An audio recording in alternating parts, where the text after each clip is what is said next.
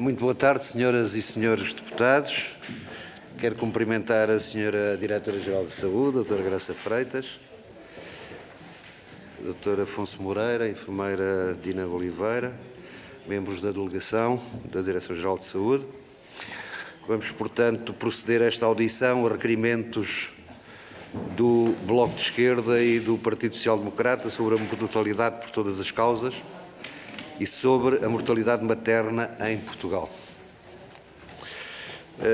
Da nossa grelha de tempos, uma intervenção de 4 minutos ao Grupo Parlamentar requerente do Bloco de Esquerda, outra intervenção do Grupo Parlamentar requerente do PSD de 4 minutos, uma resposta da Direção-Geral de Saúde, da Sra. Diretora-Geral, de 8 minutos, depois as intervenções dos restantes grupos parlamentares, respondendo depois em bloco, e uma segunda ronda de 1 minuto a todos os grupos parlamentares com resposta em bloco. Julgo que todos têm conhecimento da grelha de tempos. Dou, portanto, a palavra ao Grupo Parlamentar requerente do Bloco de Esquerda, Sra. Deputada Joana Mortágua, por favor. Muito obrigada, Sr. Presidente. Queria cumprimentar naturalmente a doutora Graça Freitas e os restantes representantes da DGS. Tentarei ser muito precisa e concisa. O Bloco de Esquerda requereu esta audição devido aos números de mortalidade materna referentes a 2020, que nos davam conta de que Portugal teria atingido a taxa mais alta de mortalidade materna em 38 anos, com 17 mortes de mulheres na sequência de complicações no parto ou na gravidez, mas que não parecem ser dados completamente isolados da última década, portanto, que correspondem a uma tendência de agravamento que se tem vindo a verificar desde 2017, ano a partir do qual a taxa de mortalidade materna ficou sempre acima dos 10 óbitos por cada 100 mil nascimentos. E, portanto, tanto em 2017, 2018, 2019 e agora 2020, há um número de óbitos que é sempre superior a 10, chegando a ser mesmo à cifra dos 20, e que este número é superior àquele que ocorreu entre 1991 e 2016, quando a taxa de mortalidade ficou sempre abaixo dos 10 por 100 mil nascimentos, com uma média de 6,2 por 100 mil nascimentos. Parece-nos que a nossa preocupação não é uma preocupação inédita nem incompreensível, tanto que a DGS constituiu um grupo de trabalho para analisar as causas do aumento da mortalidade materna nos anos 2017 e 2018. Acontece que esse relatório nunca foi publicado. Inclusive esta comissão, a Comissão de Saúde, Parlamentar de Saúde, requereu o relatório, que nunca foi entregue, e o Dr. Diogo Aires de Sousa, ouvido nesta comissão na semana passada, que fez parte desse grupo de trabalho, também disse não ter tido acesso à versão final desse relatório. Depois disso, em 2019 e 2020, sucederam outros 2 anos com taxas elevadas de mortalidade materna. A DGS voltou a anunciar a constituição de um grupo de trabalho, mas também sobre esse grupo de trabalho não há notícias sequer que tenha reunido, quanto mais relativamente a conclusões que possa ter chegado. E, portanto, as nossas perguntas iniciais têm a ver precisamente com a constituição destes 2 grupos de trabalho, a conclusões é que eles chegaram, se chegaram de facto a reunir, onde é que estão esses relatórios finais, que consequências é que deles se tiraram e, naturalmente, que impactos é que agora a recente falta de resposta em obstetrícia, que já se veio provar que não é tão pontual como se desejaria, pelo contrário, corresponde a dificuldades estruturais do SNS, se essa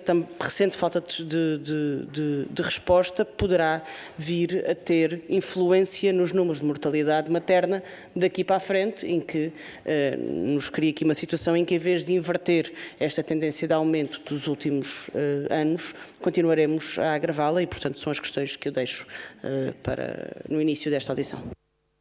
Muito obrigado, Sra. Deputada Joana Mortágua. Pelo Grupo Parlamentar requerente do PSD, Sr. Deputado Rui Cristina. Faça favor. Muito obrigado, Sr. Presidente. Senhora Diretora-Geral da Saúde, Doutora Graça Freitas, restantes membros da delegação. Caros deputados, relativamente ao ano 2020, foi um ano com excesso de mortalidade em Portugal, mas a pandemia de Covid-19 não explica tudo. E segundo afirma a DGS, no relatório sobre mortalidade geral e por grandes grupos de causas, de 2020, a Covid-19 foi a quarta causa mais frequente de morte no primeiro ano de pandemia, representando 5,9% do total dos óbitos e 2,7% dos anos potenciais de vida perdidos. E de acordo com os dados deste relatório, em 2020, houve mais 14% de óbitos face à média dos 6 anos anteriores e a DGS calcula apenas o pico que coincide com o início da pandemia e o último ano, a altura de maior atividade epidémica em 2020, como únicos cujo excesso de mortalidade se deve à Covid-19. Os restantes picos são justificados pelo frio e atividade gripal, por uma onda de calor e por um período de temperaturas elevadas, mas não foram avançadas explicações que justifiquem o quinto período de maior excesso de mortalidade. E o relatório da DGS fala ainda que em 2020 houve mais óbitos por doenças do aparelho circulatório, como acidentes vasculares cerebrais, mais 1.618 do que o esperado e mais 45% das mortes por doenças hipertensivas, não dando aqui explicações para este referido aumento. A DGS também não avança com uma justificação para o facto de, no verão de 2020, se ter estado um excesso de mortalidade por doenças não associadas ao calor, como doenças endócrinas, nutricionais e metabólicas, do aparelho urinário e neoplasias.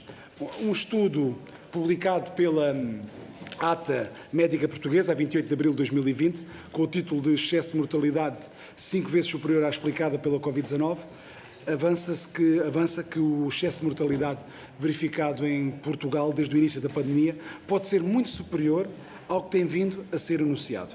E entre o dia 1 de março e o dia 22 de abril de 2020, o número de mortes acima do esperado poderia chegar aos 4.000 óbitos, o que corresponde a um valor 5 vezes superior ao explicado pelas mortes atribuídas à Covid-19 e indica um estudo que foi publicado na Ata Médica Portuguesa, a revista científica da Ordem dos Médicos. Excesso de mortalidade sem causa justificada carece de investigação. A ausência de justificação não é uma resposta aceitável e assim o PSD requereu a presença da DGS nesta audição para que possam ser esclarecidas cabalmente todas as causas associadas ao excesso de mortalidade em 2020. Por isso lhe pergunto, doutora, estes números dão-nos uma perspectiva diferente do tal apregoado milagre português e as declarações dos especialistas no estudo da Ata Médica levam-nos aqui a crer que este é um aumento que poderia ter sido evitado ou mitigado. Pergunto-lhe se já foi feito aqui um diagnóstico do que falhou. Quais são as causas na origem do pico de mortalidade entre 24 de agosto a 20 de setembro que o relatório não identifica? Também lhe gostaria de perguntar qual a explicação para o excesso de óbitos do aparelho circulatório, como acidentes vasculares, cerebrais e do excesso de 45% de mortes por doenças hipertensivas em 2020. Também perguntar-lhe qual é a razão para se terem registrado um excesso de mortalidade por doenças não associadas ao calor, como doenças endócrinas, nutricionais e metabólicas do aparelho urinário e neoplasias. E, por fim, gostaria de lhe perguntar, a taxa de mortalidade materna atingiu em 2020 os 20,1 óbitos por 110 mil nascimentos, o nível mais alto dos últimos 38 anos, facto que a Direção-Geral de Saúde diz estar a investigar. Morreram 17 mulheres em 2020. A Direção-Geral de Saúde criou uma comissão multidisciplinar para estudar e acompanhar as mortes maternas e a morbilidade materna grave. Quando podemos esperar conclusões desta investigação? Muito obrigado. Muito obrigado, Sr. Deputado Rui Cristina. Para responder, passo a palavra à Sra. Diretora-Geral da Saúde, a Dra. Graça Freitas, por favor. Muito boa tarde, Sr. Presidente. Muito boa tarde, senhoras e senhores deputados. Cumprimento especialmente a senhora deputada dos Clientes, Joana Morgada, a quem vou desde já tentar responder e, se calhar, depois nestas respostas já responderei Muito bem. algumas das que me pôs. Obrigada, Sr. Presidente. Já está. Então vamos proceder ao que foi a mortalidade, a evolução da mortalidade em Portugal nos últimos anos, pelo menos durante este século. De facto, houve apenas um ano em que o valor atingiu um valor superior ao deste ano, que foi de 20, mas o rácio da mortalidade materna, ou seja, este número em relação ao número de nascidos vivos nesse ano, acabou por revelar um rácio inferior. No entanto, há aqui uma questão muito importante para esta análise da mortalidade. É conhecido a nível internacional, está descrito pela Organização Mundial da Saúde e por muitos países, que a mortalidade materna é habitualmente um fenómeno subnotificado pela sua complexidade e pelo período enorme em que pode acontecer. Portanto, a mortalidade materna, como sabem, pode ocorrer durante qualquer momento da gravidez, pode ocorrer durante o parto e pode ocorrer nos 42 dias a seguir ao parto, portanto, no puerpério. Este é um período, de facto, muito longo, em que o percurso das mulheres é também ele igualmente longo e variado, portanto, habitualmente podem percorrer vários sítios. Eu vou só dar um exemplo, só para se perceber, um dos casos que já foi investigado da mortalidade de 2020, diz respeito a uma mulher que foi fazer uma FIV no Brasil aos 55 anos e que acabou por voltar para Portugal e por ter uma morte materna. Portanto, estes percursos não só são longos, como são percursos complexos, entre consultas em cuidados de saúde primários, consultas em estabelecimentos eventualmente privados ou do setor social, depois idas ao hospital, depois um parto e depois um puerpério que ainda dura 42 dias. Eu lembro-me que no princípio da minha carreira eu fui médica num centro de saúde urbano aqui na cidade de Lisboa, só tinha 300 e tal nascimentos por ano, mas quão complexo era fazer essa investigação caso a caso de cada uma das evoluções desses nascimentos e quando havia uma morte materna, quão exaustiva era a necessidade de investigação. Isto sem querer deixar de dizer que a Direção-Geral acompanha com cuidado, seriedade, preocupação e sensibilidade esta questão da mortalidade materna como qualquer morte. Merece-nos todo o respeito e é por isso que hoje estou aqui para prestar contas ao Parlamento sobre estes dois assuntos, a mortalidade materna e a mortalidade geral. De qualquer maneira, não quero deixar de dizer que em 2014 nós tivemos uma evolução, como todos sabem, muito positiva na forma como observamos os certificados de óbito. Portanto, os certificados de óbito são preenchidos, como sabem, e da responsabilidade de um médico e tinham um percurso longo até chegar à Direção-Geral da Saúde. E a partir de 2014 entrou em piloto o sistema informático, o SICO, que permite que todos os certificados de óbito sejam emitidos de forma digitalizada e nós sabemos, de facto, no momento, um óbito que ocorreu. Saber do óbito é totalmente diferente de saber das suas causas e das suas consequências. Estou só a dizer que se consegue saber no momento. Bem, em 2014 e 2015 o sistema SICO esteve em modelo experimental, houve um grande plano de formação para os médicos e para todos os intervenientes, todas as instituições que connosco interagem, a começar pelas conservatórias do Registro Civil, por exemplo, e o Instituto de Medicina Legal, e só depois de 2016 é que este sistema se tornou mesmo operativo. Portanto, entrou em modo de produção normal e a qualidade dos dados começou a ser muito melhor. Portanto, nós temos aqui uma quebra de série temporal que não podemos esquecer. Nós até 2016 tínhamos um cálculo subnotificado, certamente, da mortalidade materna e a partir de 2016 essa subnotificação se-á tornado muito mais difícil, por via destes automatismos que foram criados. Dito isto, estamos preocupados, e estivemos preocupados com a mortalidade em 2017 e 2018 e por isso é que dois dos nossos médicos e mais uma equipa multidisciplinar visitaram todos os locais onde ocorreram óbitos no país e visitaram os processos clínicos e falaram com os profissionais envolvidos e é o relatório que a senhora deputada referiu que ficou terminado, vejam bem, o relatório, a visita decorreu em 2019, dizia respeito à mortalidade em 2017 e 2018.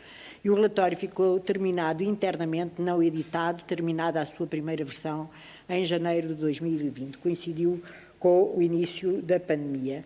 E, portanto, esse relatório já nos dava algumas pistas do que é que poderá ter acontecido nessa altura e, entretanto, agora, com estes números que merecem investigação, nós reativamos uma série de práticas que consideramos boas práticas. A primeira delas começa por ser a nível do ciclo. Quando aparece uma morte materna, ela é imediatamente identificada como morte materna, portanto, surge um alarme. E isso leva a que rapidamente também seja emitido um formulário que constitui o primeiro patamar para uma investigação epidemiológica, portanto, para a obtenção de informação complementar àquela que existe no certificado de óbito.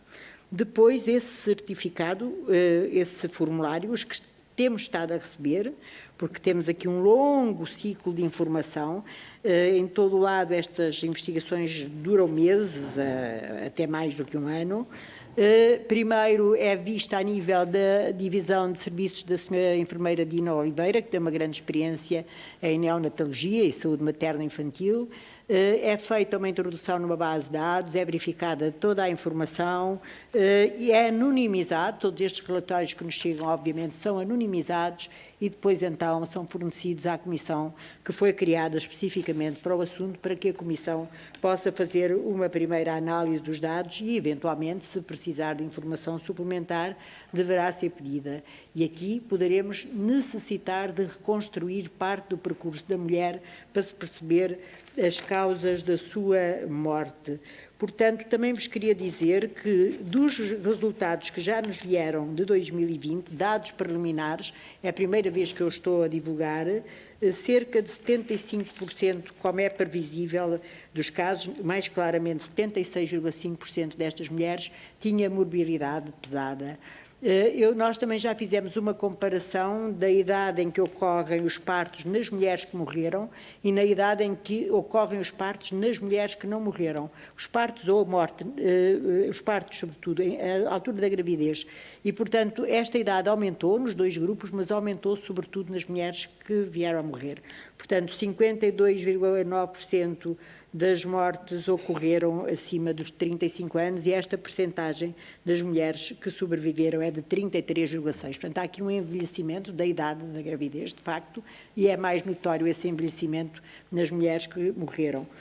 Como sabem, há uma associação entre a patologia grave e o envelhecimento, e 76,5% destes casos, destes 17 casos, tinham patologia grave.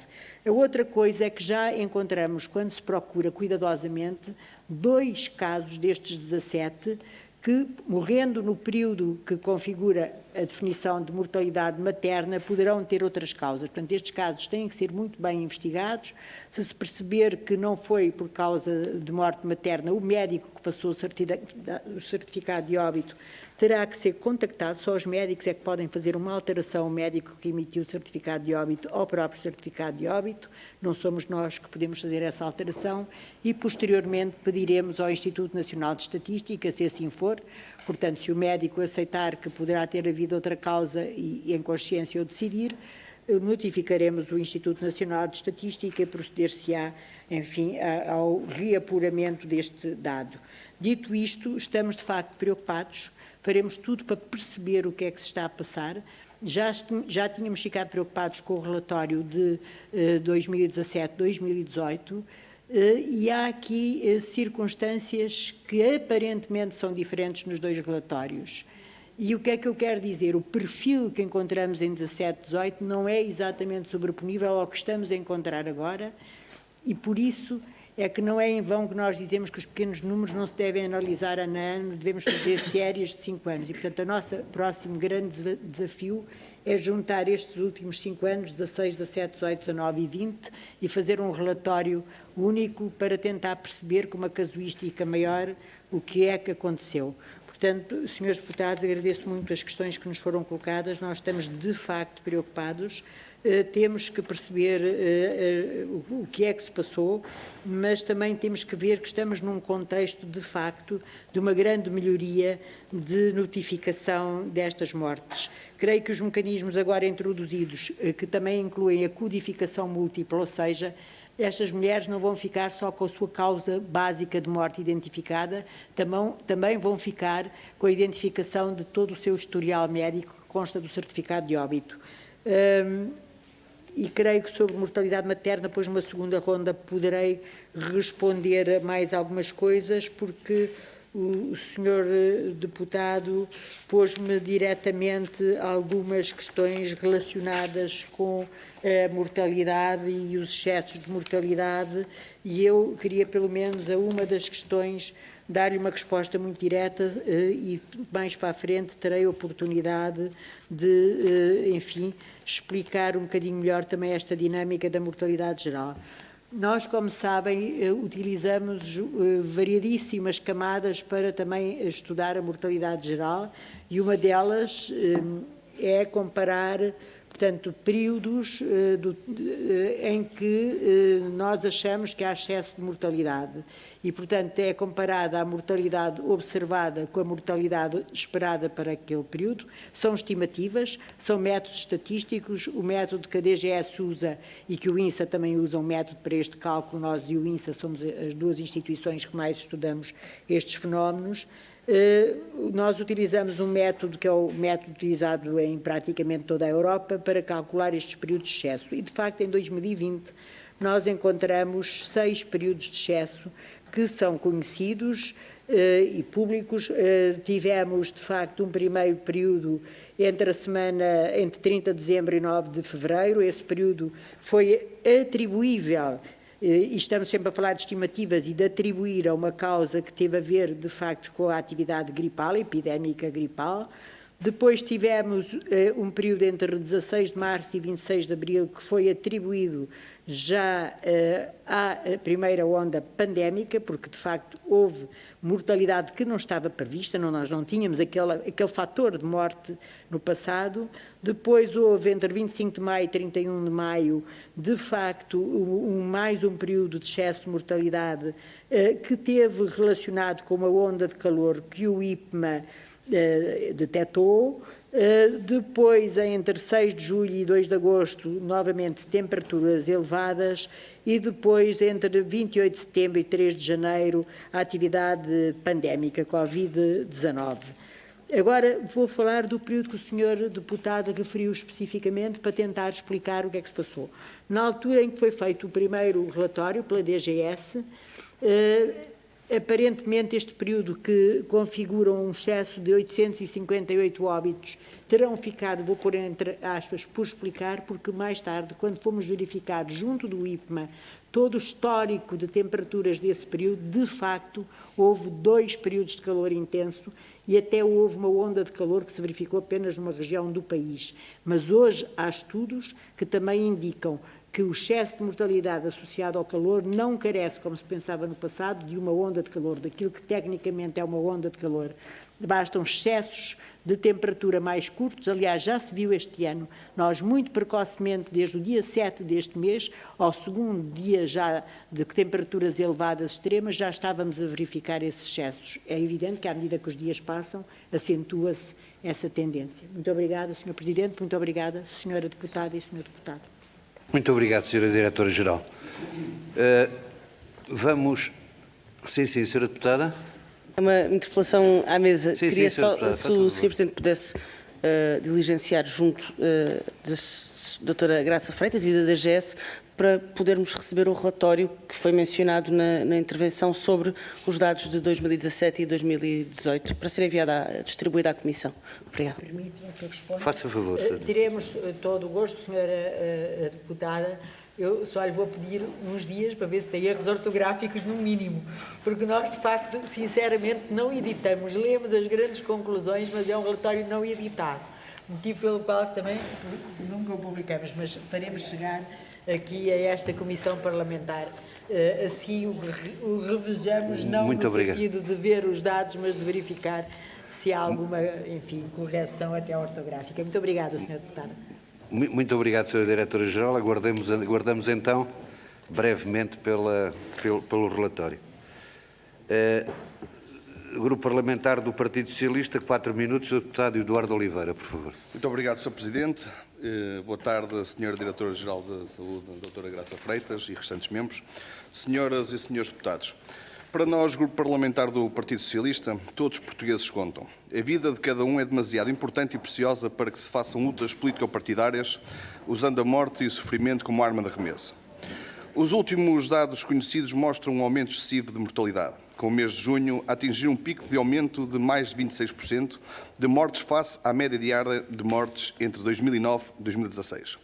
A primeira questão que gostaria de colocar é se, com os dados que temos num espaço temporal relativamente curto, podemos inferir conclusões definitivas ou se é necessário promover uma observação destes dados num período de 5 a 10 anos, de forma a perceber se este é ou não um fenómeno pontual. Para podermos inverter estes números, importa identificar claramente as possíveis causas de forma a encontrar soluções, sabendo que este desígnio não pode estar sujeito a oportunismos políticos, porque a vida de cada um dos portugueses não tem cor partidária. Segundo os dados tornados públicos, a Covid-19 é responsável por cerca de 40% deste excesso de mortalidade.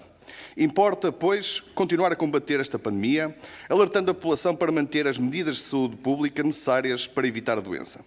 Neste capítulo, gostaria de realçar a capacidade de resposta do SNS, que provou ser resiliente e capaz de se superar em circunstâncias tão adversas. Os dados provisórios de 2021 revelam um aumento da atividade assistencial ao nível das consultas médicas nos cuidados de saúde primários e hospitalares e também um aumento significativo da atividade cirúrgica. Este crescimento sustentado em todas as áreas assistenciais será fundamental para se conseguir a tão almejada diminuição do excesso de mortalidade. Gostaria de deixar uma palavra de agradecimento a todos os profissionais de saúde do SNS, à DGS no seu todo e ao Ministério da Saúde pela capacidade de supressão que têm demonstrado e pela extraordinária entrega ao Serviço Público de Saúde. Somos um país cada vez mais envelhecido. Somos mesmo o terceiro, quarto país mais envelhecido do mundo. No último censo foi possível verificar que temos 182 pessoas com mais de 65 anos para cada 100 crianças até aos 14 anos. Estando assim este índice de envelhecimento 42% mais desequilibrado do que nos censos anteriores. Ora, isto leva a que de uma forma natural os óbitos associados a uma população mais idosa aumentem. É fundamental associar o aumento da esperança média de vida a um envelhecimento ativo e saudável, de forma a diminuir a carga global de doença, para que tenhamos idosos mais ativos e saudáveis. Assim, questiono, podemos saber em que ponto de desenvolvimento está a Estratégia Nacional para o Envelhecimento Ativo e Saudável? Quais as medidas efetivas que estão a ser desenvolvidas pela DGS para a implementação da mesma? Quando se associa a uma pandemia, a um país cada vez mais envelhecido e a fenómenos climatéricos extremos cada vez mais frequentes, como se pode verificar como esta vaga de calor que nos tem assolado, temos a tempestade perfeita para que este excesso de mortalidade seja uma realidade. Se a isto associarmos um déficit de literacia em saúde, nomeadamente da população mais envelhecida, o quadro agrava-se ainda mais. O Plano de Ação para a Literacia de Saúde 2019-2021 da DGS visa dar resposta a estas necessidades e reforçar a literacia em saúde. Podemos saber de que forma está a ser implementado? Foi afetado de alguma forma pela pandemia? Se sim, urge recuperar o tempo perdido de forma a proporcionarmos aos portugueses os conhecimentos necessários para uma melhor gestão do seu estado de saúde. Neste quadro de aumento de excesso de mortalidade, temos também associado um aumento da taxa de mortalidade materna nos últimos anos. Este aumento é real ou resulta de uma maior rigor nos registros das mortes maternas? Contem connosco para lutar por um SNS cada vez mais forte e capaz de dar resposta às necessidades em saúde de todos os portugueses. Porque, para o Grupo Parlamentar do Partido Socialista, todas as vidas contam. Obrigado. Muito obrigado, Sr. Deputado. Tem a palavra a Sra. Deputada Joana Cordeiro, do Grupo Parlamentar da Iniciativa Liberal. Faça favor. Obrigada, Sr. Presidente. Começo por cumprimentar a doutora Graça Freitas e os restantes membros da DGS e todos os senhores deputados. No que diz respeito à mortalidade por todas as causas, e conforme já referimos nas várias audições na semana passada, importa reforçar que a Iniciativa Liberal está bastante preocupada com os dados que têm vindo a público e principalmente com a falta de informação que existe sobre os mesmos. É que nos parece evidente que o aumento da mortalidade a que temos vindo a assistir se deve, em grande medida, ao condicionamento do SNS decretado pelo Governo durante a pandemia, onde o SNS praticamente respondeu aos doentes Covid, deixando para trás todos os outros doentes, que deixaram de ter acesso atempado a consultas, a rastreios, a diagnósticos, a tratamentos ou a cirurgias. Os doentes não Covid não podiam ter sido negligenciados desta forma e o resultado está à vista. E conforme muito bem alertou aqui a semana passada o Sr. Bastonário da Ordem dos Médicos, tememos o que ainda possa estar para vir.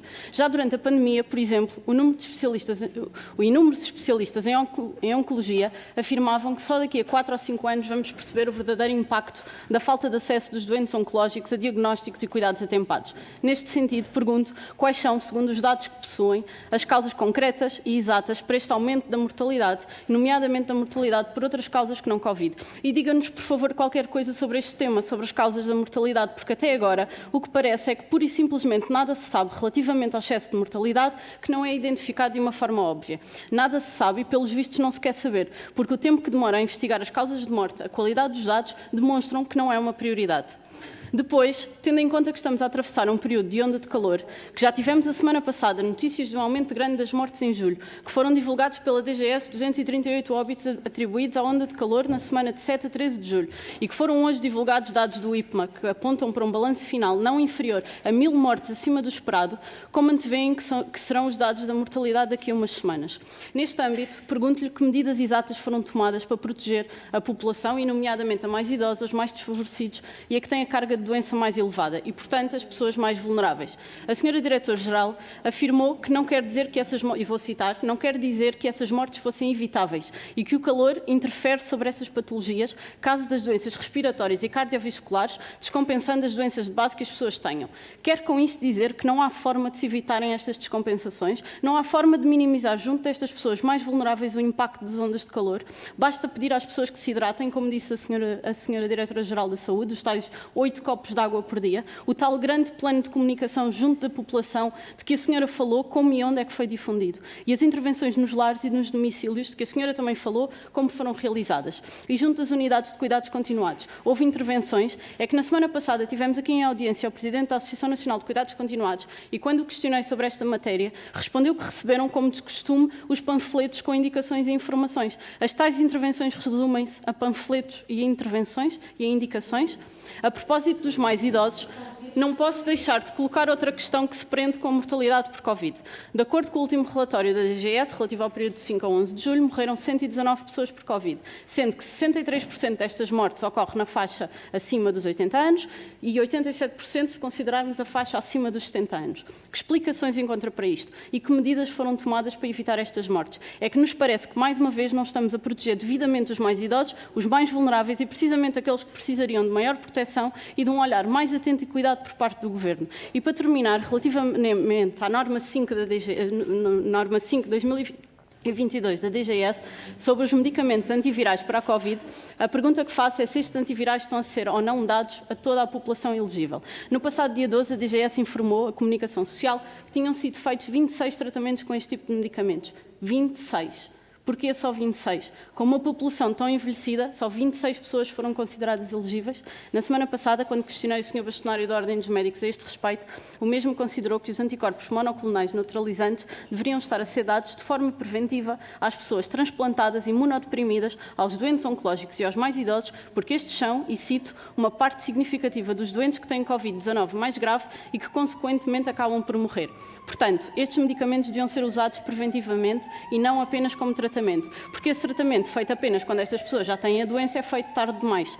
Que comentário tem a fazer a este respeito? E explique-nos, por favor, por que motivo a DGS impõe uma restrição tão grande no acesso a estes medicamentos, quando, por exemplo, em Espanha ou no Reino Unido, eles são dispensados em farmácias comunitárias. Qual é a fundamentação científica para esta restrição em Portugal? Obrigada. Muito obrigado, Sra. Deputada Joana Cordeiro. Por usar a palavra pelo Partido Comunista Português, Sr. Deputado João Dias, por favor.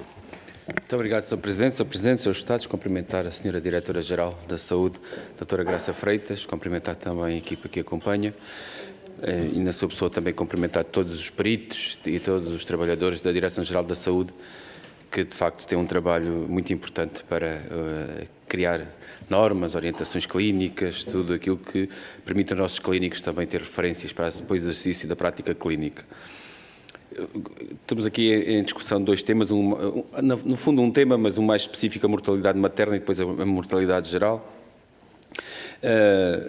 Em concreto, relativamente à mortalidade materna, a senhora Diretora, aquilo que preocupa o PCP é que sejam criadas condições para que a gravidez, o parto e o pós-parto possam ser momentos em que se possa ser garantida as melhores condições para que se tenha uma gravidez saudável e para garantir aquilo que é a saúde, a proteção da mãe e do bebê.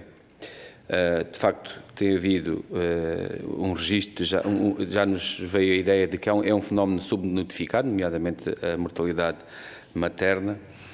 No entanto, eu quero concentrar aqui esta minha apreciação relativamente à mortalidade materna sob uma perspectiva mais global e mais geral, porque entendo que naturalmente a avaliação deve ser feita caso a caso, de uma forma muito minuciosa, quase de filigrana, para permitir entender cada uma das situações. Estamos a falar de números muito reduzidos, ainda bem que são reduzidos, e mais valia que fossem inexistentes, mas é assim que deve ser feito. No entanto, existem fenómenos e intervenções que nos preocupam e que têm a ver com os riscos. E julgo que isto para a Direção-Geral da Saúde é importantíssimo. Em tempos foi criada a Comissão Nacional para a Redução da Taxa de Cesarianas. Algo que produziu, esta comissão até foi presidida pelo professor Diogo Aires de Campos, que produziu uma orientação, diversas materiais, manuais, e de facto preocupa-nos que cada vez mais assistimos a que nos diversos contextos assistenciais aumente aquilo que é a prática de cesariana. Naturalmente a cesariana não é um mal por si, muitas vezes é o recurso para salvar a vida, quer da mãe, quer do bebê. Mas muitas das práticas clínicas hoje em dia, pela sua uma cascata de aumento de intervenção, conduzem muitas das vezes a situações de aumento do risco, porquanto nós sabemos que no privado e no público tem aumentado, quer seja na prestação de cuidados privados, quer seja na prestação de cuidados públicos, tem aumentado o número de cesarianas, sendo que no público aumentaram 8% e no privado aumentaram 23%.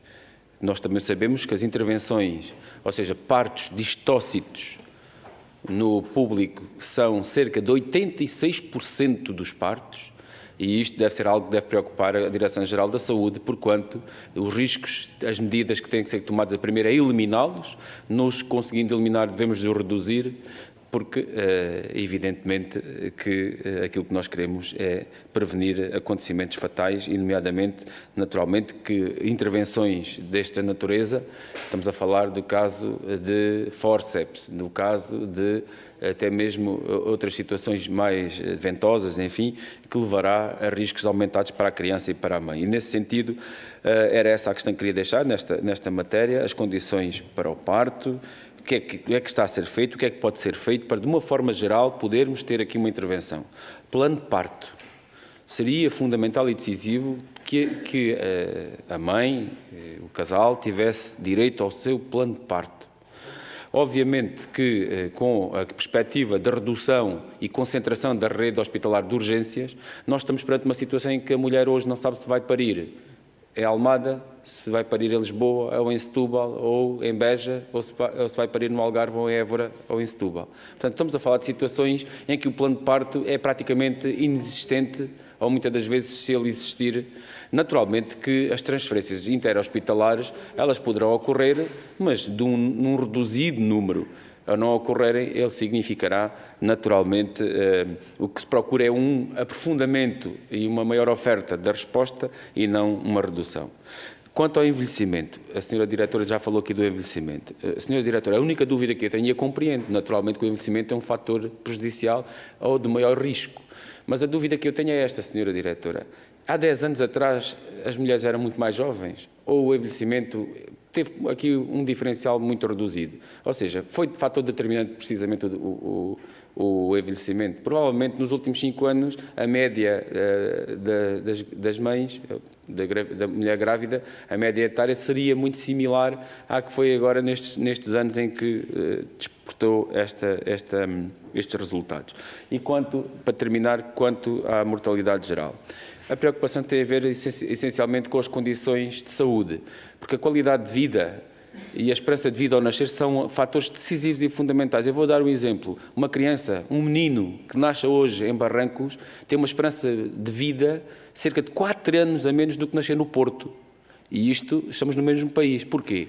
A resposta e a oferta pública de cuidados de saúde é decisivo, assim como outros fatores, as condições em termos daquilo que é a vulnerabilidade económica, do acesso a emprego, tudo mais. Estes fatores, naturalmente, também poderão ser trabalhados, mas aquilo que eu questiono é se não há aqui determinantes da saúde que poderão também eles ser trabalhados em termos preventivos, em termos de resposta e estrutura que é preciso criar e oferecer à população. Muito obrigado. Muito obrigado, Sr. Deputado João Dias. Para responder, a Sra. Diretora-Geral dispõe de 12 minutos, por favor. Muito obrigada, senhores deputados, novamente. Se me rapidamente 2 ou 3 coisas ainda ligadas à mortalidade materna, para depois poder evoluir para a mortalidade geral. Nós, de facto, temos uma longa tradição na Direção-Geral da Saúde, com os nossos serviços, obviamente, na área da saúde materno-infantil, na chamada materno-infantil, que eu ainda gosto carinhosamente, dada a minha idade, de falar nela assim. E ainda é assim que eu me lembro dela e de pessoas, enfim, que foram muito importantes nesta matéria. Mas eu lembro que nós, na Direção-Geral da Saúde, temos um mandato e uma missão que são limitados nas suas competências e, portanto, eu gosto de ser responsável por aquilo que está na minha carta de missão, no meu mandato e nas atribuições da minha lei orgânica, da minha instituição, mas não mais do que isso, porque não é a minha incumbência. E, portanto, tenho a dizer, na área da saúde materna, que é uma longa tradição, uma longa preocupação e que a Direção-Geral contribuiu inequivocamente para a mudança dos indicadores na área da saúde das mulheres e das crianças e continua a ser, no meu mais íntimo, uma matéria de que prezo muito, porque assisti às conquistas, porque vim de uma situação muito desfavorável e comecei a ver grandes melhorias já no meu tempo como ou aluna ou profissional de saúde. Dito isto, a Direção-Geral na área da saúde materna tem 2 grandes ou 3 grandes desígnios. Tem um que é o de vigiar e monitorizar, de facto, os aspectos relacionados com a saúde, não investigar. Nós, de vez em quando, participamos em investigação, fazemos parcerias com a academia para investigar ou com outras instituições públicas, mas o nosso desígnio, de facto, é ir fazendo a vigilância destas situações e a sua monitorização, detectando, fazendo o diagnóstico de alguns problemas e depois temos um papel técnico-normativo muito importante. Nós fazemos aquilo que são consideradas as boas práticas, que depois, juntas, obviamente, derivam da evidência científica em cada momento e, obviamente, dos princípios bioéticos que regem a nossa ação. E com isso, e como é do seu conhecimento, porque eu sei que domina esta área, nós fomos muito importantes e ainda continuamos a ser, porque criamos aquilo que são os programas tipo de acompanhamento das gravidezes de baixo risco, das crianças ao longo da sua vida. Portanto, há um pacote básico, com toda a consideração que a palavra pacote aqui tem, porque é um conjunto de intervenções que qualquer pessoa tem direito e, portanto, nós prezamos muito essas normas, essas boas práticas e depois acompanhar, de facto, a sua execução e disponibilizar os dados para quem toma outro tipo de decisões. Temos também preocupações com as questões das cesarianas, que anunciou e bem, criamos nós próprios uma comissão, tentamos que os números se aproximem, enfim, o mais possível do que é recomendado até internacionalmente.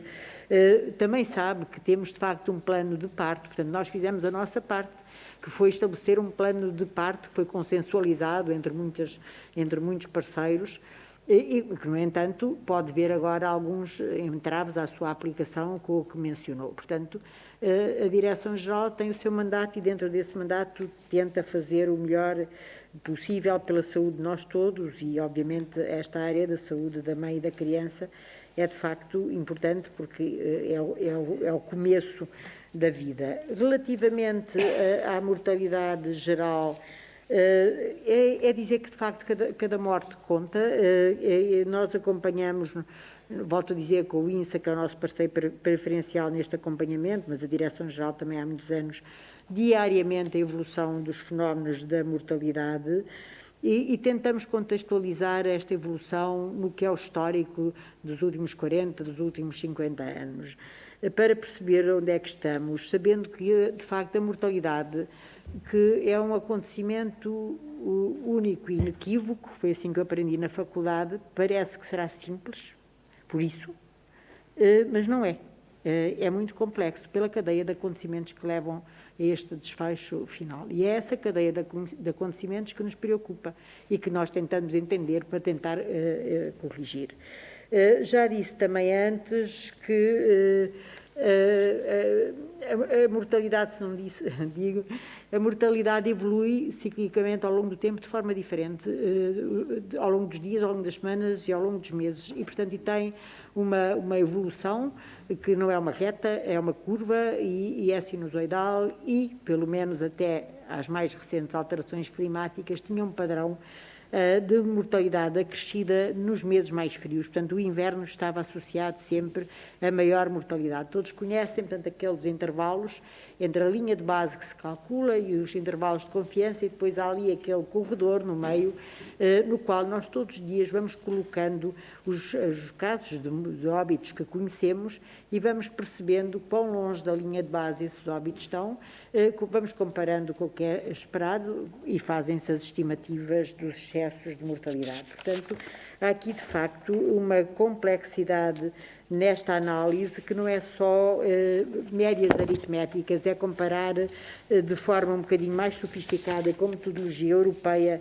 e ela própria também comparável, o que é esperado para um determinado período e o que é que acontece nesse período. E é da diferença entre estes dois números, desta estimativa, que se tiram algumas conclusões. Bem, para aqui chegar parece fácil comparar esperados com observados, mas é um longo caminho. Eu já referi que isto começa tudo, além do óbito, com o certificado de óbito. E o certificado de óbito é um ato clínico, portanto, são os médicos que têm inteira responsabilidade pelo que ali escrevem. Aliás, eu acabei de dizer que ninguém, a não ser o médico que o emitiu, o pode alterar.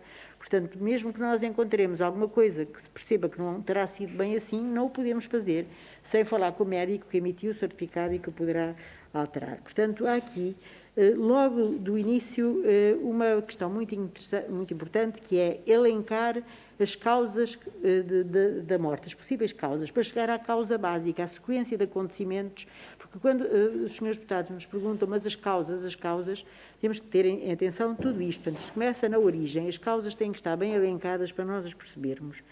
Depois temos aqui a questão em tempo real sabemos os números que são sempre provisórios, também é preciso que se diga, porque depois há situações que estão em autópsia, há situações que não chegam exatamente no dia, portanto, há pequenos acertos, o próprio Instituto Nacional de Estatística faz os seus acertos. Depois, em nome da transparência, todos os dias, de 10 em 10 minutos, nós atualizamos, como sabem, na nossa página, o número de óbitos que ocorre. Portanto, qualquer cidadão em Portugal ou em qualquer sítio do mundo pode ir à página da DGS e perceber como é que está a ser a evolução da mortalidade nesse dia e, como vos digo, é atualizado de 10 em 10 minutos, de acordo com os certificados de óbito que chegam à Direção-Geral. Depois fazemos uma análise muito sumária, que é a análise numérica, apenas quantitativa, não qualitativa, com o número de casos que ocorreram, a sua caracterização básica por sexo, por grupo etário, por região onde ocorreu o óbito. São tudo avaliações muito descritivas e muito, eu diria, quantitativas e até algo básicas, mas que nos dão já algumas indicações. Depois fazemos cálculos um bocadinho já mais sofisticados, nomeadamente o cálculo das taxas, a taxa de mortalidade bruta, a taxa de mortalidade padronizada ou até a taxa de letalidade, que é um proxy muito bom da gravidade da doença. Isto tem sido muito importante para a Covid, para nós percebermos em relação a um denominador de doentes, afinal, quantas pessoas é que morrem por Covid e não com Covid. E já agora eu gostava de deixar bem claro que é perfeitamente possível distinguir por e com. Não há confusão possível.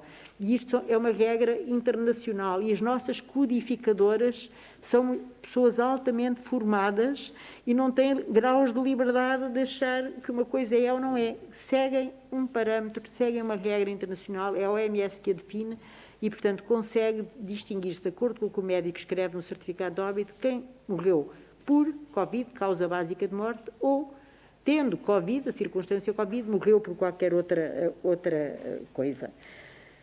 Vamos calculando as tendências e depois entramos nestes cálculos de comparar os períodos de excesso, os casos observados com os esperados. São estimativas, já disse, são processos estatísticos complexos e encontramos dois tipos de dados muito importantes para percebermos este fenómeno. Os tais períodos de excesso, eu já disse que em 2020 encontraram-se 6, estamos num período de excesso nítido. Quando eu estava a vir para cá, estava a ser publicado o boletim de hoje que atualiza os dados, e à data, dados provisórios, esta onda de calor entre o dia 7 e o dia 18 de julho já criou um excesso de mortalidade de 1.063 óbitos. Este relatório foi publicado, já eu estava aqui quando me disseram que estava publicado. Bom, portanto, e ainda vou aumentar como calculam, primeiro porque ainda vamos ter mais tempo quente e depois porque o efeito cumulativo do calor sobre o equilíbrio, enfim, térmico das pessoas se vai vendo ao longo do tempo e porque há casos que ainda vão ser notificados ou os certificados passados. Bem, depois, além destes períodos, nós também fizemos o ano passado uma análise, que é esta que tem estado aqui a ser falada, que é ver por grandes causas de morte, grandes grupos, doenças cardiovasculares, doenças respiratórias, doenças metabólicas, o que for, ver em relação à linha de base. Não estamos a calcular períodos de excesso, estamos a ver em relação à linha basal quanto é que, afinal, tivemos a mais destes grandes grupos de doenças. E aqueles 14% que aqui foram ditos são o conjunto disso. Portanto, vendo com os últimos 6 anos, o tal período, para comparar esperado com o observado, houve um aumento de 14%, por várias causas. Obviamente que eu vos posso dizer que, por exemplo, e para não dizer nada que não seja correto, vou recorrer-me aqui ao relatório, e o relatório, até para mim, tem coisas bastante interessantes. Isso tem a ver também com o tipo de doença. E uma doença oncológica não é propriamente igual ao infarto do miocárdio. Portanto, o seu tempo de evolução até que o desfecho acontece é diferente. E, portanto, de facto, doenças do aparelho circulatório corresponderam ao ano passado a 27,9% de todas as doenças, todas as causas de morte. E a uma variação relativa, já por este cálculo do excesso em relação à linha de base, de mais 14,3%. A segunda causa de morte, com 23,4% dos óbitos, portanto, as duas juntas dão metade dos óbitos em Portugal, foram as neoplasias. E como estamos a falar de 2020, e repito, 2020, a variação em relação ao esperado foi menos 1,3%. Portanto, temos que ter muito cuidado a observar estes dados, estes valores. Isto requer uma análise cuidadosa, com pinças, como eu digo, com pessoas que estão habituadas a fazer isto. E depois, daqui, extrair pistas para quem investiga. Há investigadores, há pessoas que se dedicam ao estudo destes fenómenos, que estão para além disto que eu vos estou a dizer aqui. Nós fazemos análises descritivas, mas depois ainda é preciso fazer investigações mais aprofundadas, caso a caso, comparando, porque como são fenómenos multivariados, obviamente podem ter vieses, podem ter variáveis de confundimento, podem ter uma série de coisas que nos levem num caminho que não é exatamente aquele que nós queríamos. E, portanto, fazemos essa análise, vamos discutindo com os nossos colegas do INSA, com os nossos parceiros da academia e vamos fazendo este percurso. Depois há aqui outra questão que creio que tenho que vos dizer, que tem a ver com as causas, com a codificação. O processo de codificação não é um processo imediato. morrem por dia em Portugal muitas pessoas. E isto é um processo que é feito certificado de óbito a certificado de óbito, em que se tem que ler tudo o que o médico lá escreveu e tem que se ir às tais regras da OMS e classificar caso a caso. E se há casos que são mais simples, mais fáceis, mais intuitivos, há casos que não são assim tão fáceis, tão simples e tão intuitivos. Muitas vezes é preciso falar com o médico para tirar alguma dúvida eventualmente. E, portanto, esta codificação é feita por pessoas que têm um treino específico nela e que chegam à causa básica de morte de acordo com a formação que tiveram e as orientações da Organização Mundial da Saúde. E, obviamente, é um processo indiferido. Habitualmente, em anos não pandémicos, leva um ano a codificar. E, habitualmente, até é interessante que o Instituto Nacional de Estatística, que é o nosso parceiro, que no fim valida, depois ainda há uma validação da qualidade desta codificação que é feita com o Instituto Nacional de Estatística. E o INE até costuma publicar os dados, as estatísticas nacionais da mortalidade, no dia 7 de abril.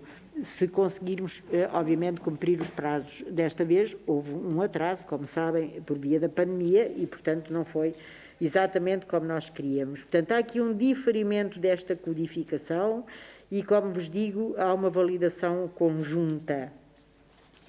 Já vos falei na questão da investigação, mas ainda há 2 ou 3 aspectos que eu gostava de vos referir em relação à mortalidade.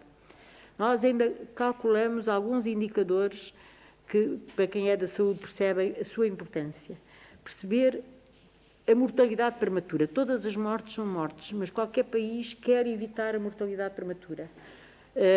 Antes de fazer 70 anos, as pessoas que morrem antes de fazer 70 anos. Pois há os anos de vida potencialmente perdidos, que são outro indicador desta mortalidade prematura e da magnitude do problema. Sem nunca esquecermos a pessoa que morreu, mas depois no conjunto da sociedade. E depois há um indicador que todos prezamos muito e que todos temos acompanhado ao longo das nossas vidas, que é a esperança de vida, quer à nascença, quer em idade-chave, como os 65 anos. E dentro da esperança de vida, pois ainda sabem que há aquela questão se é com saúde, se é sem saúde, qual é a qualidade de vida que nos espera até ao final da nossa vida. E, portanto, nós vamos tendo todo este trabalho e sempre dentro de um quadro de perceber como é que eu vou fazer 42 anos de trabalho, portanto, eu já vi esta evolução toda das causas de morte. Portanto, nós passamos da mortalidade materna e infantil, mortalidade infantil elevada, para ainda uma grande mortalidade por doenças infecciosas. Passamos por uma transição epidemiológica e, neste momento, temos um padrão dos países de alto rendimento e, portanto, de facto, as causas de morte em Portugal são do país que nós somos, que pertence ao grupo de países de maior rendimento no mundo, e predominam, obviamente, as causas relacionadas com doenças crónicas não transmissíveis, e aqui respondendo à questão que me foi posta pelo Sr. Deputado, obviamente as apostas na longevidade, no tratamento dos mais idosos, nos mais vulneráveis, porque estes, de facto, são os que têm mais comorbilidades, mais polimedicados, mais fragilidade. Portanto, há aqui uma série de acumulação ao fim da vida que advém do envelhecimento, que por um lado é um fator positivo, mas que por outro lado significa de facto uma carga, enfim, grande em termos de morbilidade e em termos de mortalidade. Finalmente, eu não sei se ainda vou assistir a esta possível nova transição, que é a transição que está a surgir das alterações climáticas. Portanto, as alterações climáticas estão a ter, de facto, impactos variadíssimos e, sobretudo, têm um impacto enorme nos ecossistemas, no humano e não só, em todos.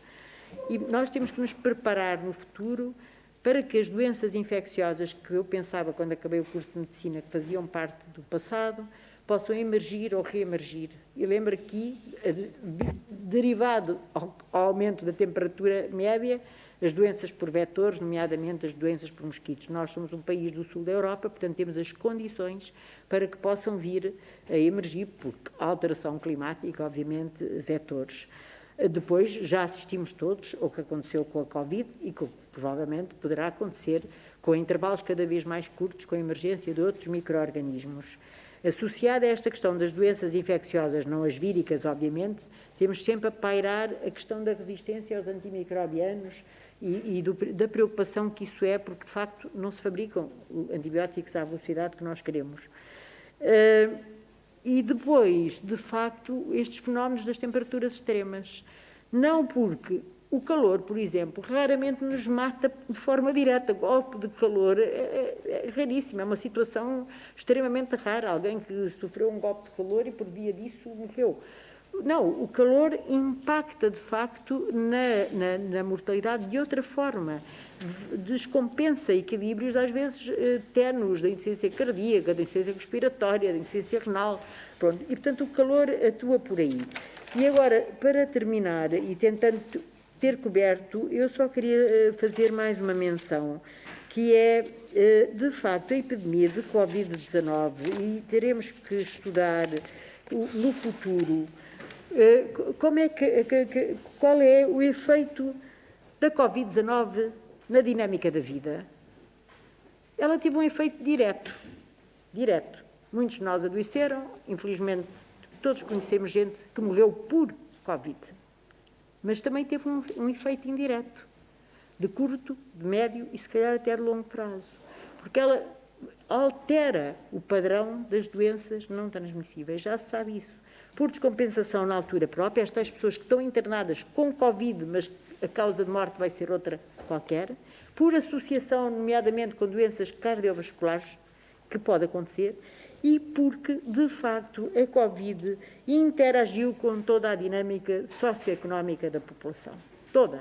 Aquela que depende de cada um de nós e aquela que depende da organização da sociedade. E, portanto, no futuro, se não surgir uma outra pandemia que tire lugar a esta rapidamente, haverá muito para estudar como é que foram as interações da Covid com todos os aspectos da saúde, socioeconómicos, dos comportamentos, da saúde mental, da Covid na vida, na doença e, infelizmente, na morte.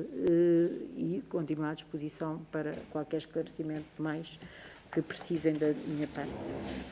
Muito obrigado, Sra. Diretora-Geral. A consideração, o respeito e a necessidade de ouvir foi tanta que lhe concedemos o dobro do tempo, mas, enfim, podíamos, não sem problema nenhum, podíamos passar aqui dias a discutir. Não, nunca faria isso. Vamos a uma segunda ronda, seus deputados. Sr. Deputado do Partido Socialista, Eduardo Oliveira, por favor, 1 minuto. Muito obrigado, Sr. Presidente. Esta segunda ronda é mais só para, em tom de agradecimento. Agradecer à doutora Graça Freitas e restantes membros por se deslocarem até aqui para responder aqui algumas questões de um tema que para nós é bastante sensível e estou certo que vai colaborar e vai ajudar-nos a encontrar as soluções que nós pretendemos para dar resposta àquilo que o Partido Socialista procura, que é dar mais e melhor qualidade de vida a todos os portugueses. Obrigado.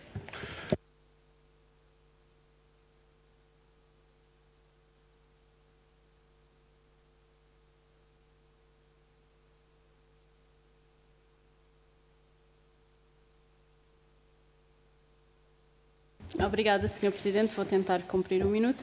Sra. Diretora-Geral da Saúde, realço que não respondeu a praticamente nenhuma das minhas perguntas, mas assumo que seja apenas por falta de tempo. Mas gostaria mesmo que respondesse à questão sobre a norma 5 de 2022, que essa é importante e bastante concreta. Entrando no tema da mortalidade materna, o professor Diogo Aires de Campos referiu recentemente que este aumento da mortalidade materna é um problema que tem de se encarar com seriedade. Nós estamos de acordo e consideramos também que além de se analisarem cuidadosamente e com toda a seriedade os dados relativos à mortalidade materna, importa analisar os dados relativos à mobilidade materna grave. Por isso, pergunto à Sra. Diretora-Geral da Saúde se pode adiantar-nos mais alguns dados relativos a esta matéria, se já tem dados que afiram das mortes ocorridas, quantas destas mulheres tinham ou não alguma doença associada ou se eventualmente por algum outro motivo tiveram gravidezes de risco. Em audição aqui na Comissão de Saúde, na semana passada, o professor Diogo Aires de Campos disse que a última avaliação que conhece da mortalidade feita pela DGS é de 2009, que depois disso fez a tal avaliação em 2019, mas que não se conhece o relatório. Como é que a Sra. Diretora-Geral da Saúde justifica que este relatório não tenha sido conhecido? Mas pronto, como já disse aqui que vamos receber, aguardaremos. E mais, sendo o professor membro da Comissão para o Acompanhamento da Mortalidade Materna, criada pela DGS em maio de 2022, afirmou também que a Comissão foi criada, mas que ainda não reuniu e por isso não tinha resultados para nos apresentar. Como assim? O tema não é suficientemente importante para a Comissão reunir? E isto ainda se torna mais grave porque deveríamos ter uma avaliação rigorosa da mortalidade materna, à semelhança do que existe em vários países, que fazem inquéritos anuais confidenciais às mortes maternas, que permitem avaliar se seria ou não possível evitar aquelas mortes. Era muito importante que esta avaliação fosse feita cá, além do mais porque estes inquéritos permitem analisar a morbilidade materna grave e as mortes perinatais. Como é que estamos neste âmbito e qual é o motivo para não termos este tipo de inquéritos? Também, segundo a DGS, e relativamente à mortalidade materna, das 17 mortes que se registaram em 2020, 13 ocorreram em instituições de saúde. O que gostaria de lhe perguntar é se sabe se estas 13 mortes ocorreram em instituições de saúde públicas ou privadas. E faço esta pergunta com toda a transparência, porque obviamente consideramos que os critérios de qualidade e de segurança têm de ser cumpridos com o mesmo rigor em todos os setores do sistema de saúde. E esta questão leva a uma outra que tem sido levantada e que é importante que fique esclarecida, porque não há nada pior que causar medos e inseguranças na sociedade e, em particular, nas grávidas, neste momento tão sensível das suas vidas. Pergunto-lhe assim, e para terminar, se considera que existe alguma relação entre estas mortes maternas e a eventual degradação da qualidade assistencial obstétrica em Portugal e, se sim, pergunto-lhe a que nível é esta degradação, quais as suas causas e que medidas defende a DGS para serem implementadas para resolver o problema. Obrigada. Muito obrigado, senhora deputada. Do Sr. deputado João Dias, do Partido Comunista Português. Muito obrigado, Sr. Presidente. Agradecer os esclarecimentos que foram prestados pela doutora Graça Freitas. Sra. Doutora, de facto, as questões relacionadas com a esperança de vida, a qualidade de vida, nós não temos dúvidas que a saúde, o trabalho, o meio ambiente, onde naturalmente se insere as questões da pandemia e da Covid, terão naturalmente aqui também a sua justificação. Percebo que a Direção-Geral da Saúde tem uma missão específica de produzir normas, orientações, servir até de apoio à decisão política, e nesse sentido, naturalmente que a nossa preocupação, certamente a doutora Graça Freitas estará de acordo, que o retorno dos investimentos na área da saúde naturalmente se traduzirão na melhoria das condições de vida, nas melhorias das condições e da qualidade de vida. Importa nesse sentido aquilo que a sua doutora aqui disse, mais do que dar vida aos anos, melhor, mais do que dar anos à vida, é dar vida aos anos. Aliás, foi durante muitos anos, provavelmente, a doutora Graça Freitas a recordar-se-á deste lema, que era um lema do Serviço Nacional de Saúde nos cuidados de saúde primários. É evidente que os cuidados de saúde primários vivem situações de muita fragilidade, desde logo no que toca à saúde pública, tendo em consideração a importância, e nós todos percebemos a importância que teve a saúde pública neste período epidémico, que ainda não ultrapassámos, mas que precisamos de ter essas respostas e, naturalmente, os cuidados de saúde primários é um contexto que precisa também, nomeadamente depois dos médicos de medicina geral e familiar, e tudo isso, o investimento que é preciso feito a todos os níveis, profissionais de saúde, enfim. Mas há uma área que me preocupa muito e tem a ver com os cuidados hospitalares, nomeadamente as infecções hospitalares. Porque estas são, de facto, situações em que é possível também, e aliás temos um meio mais controlado, queríamos nós que fosse mais controlado, mas que muitas das vezes acabamos por perder aqui um pouco o controle, nomeadamente o que tem a ver com a exposição a que está sujeito quem entra no hospital. Muitas das vezes nós temos estado a falar da mortalidade. Seria bom que também fizéssemos uma certa reflexão sobre a morbilidade. A morbilidade é algo que nos causa em nós grande dano na sociedade, nos portugueses, porque cria condições de sofrimento para quem é alvo de uma situação que poderia ser evitada, e nesse sentido aquilo que quero dizer é que as condições de trabalho a que estão sujeitos os profissionais de saúde, com a opressão que é sujeita, com a escassez de recursos humanos, naturalmente que o risco aumenta. É evidente que a Direção-Geral da Saúde não tem aqui estas responsabilidades, mas não devemos deixar de continuar a defender aquilo que internacionalmente e aquilo que é cientificamente comprovado, que deve ser defendido, nomeadamente em termos da prática clínica. E, nesse sentido, para nós é uma preocupação muito grande relativamente a podermos correr riscos. Temos assistido profissionais de saúde a pedir escusa, o que significa, escusa de responsabilidade, o que significa que, de facto, há uma situação que é assumida, não temos os melhores padrões em termos de qualidade de garantir os cuidados prestados. Muito obrigado. Muito obrigado, Sr. Deputado. Para responder, a Sra. Diretora-Geral da Saúde dispõe de 3 minutos. Muito obrigada. Muito obrigado.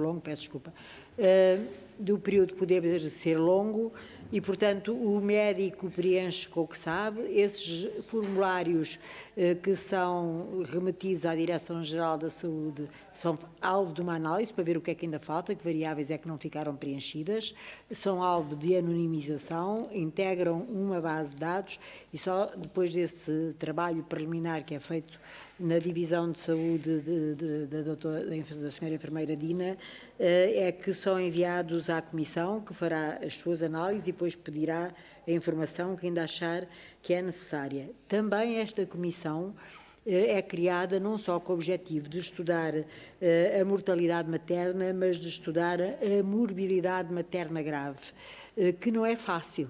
Portanto, a própria Organização Mundial da Saúde tem algumas propostas, algumas metodologias, mas é uma matéria, de certa forma, nova, mas que é importantíssima, tal e qual para complementar aquilo que já estamos a fazer, que é quando é codificada a mortalidade materna, é uma das situações em que não fica apenas a causa básica, mas é a tal codificação múltipla.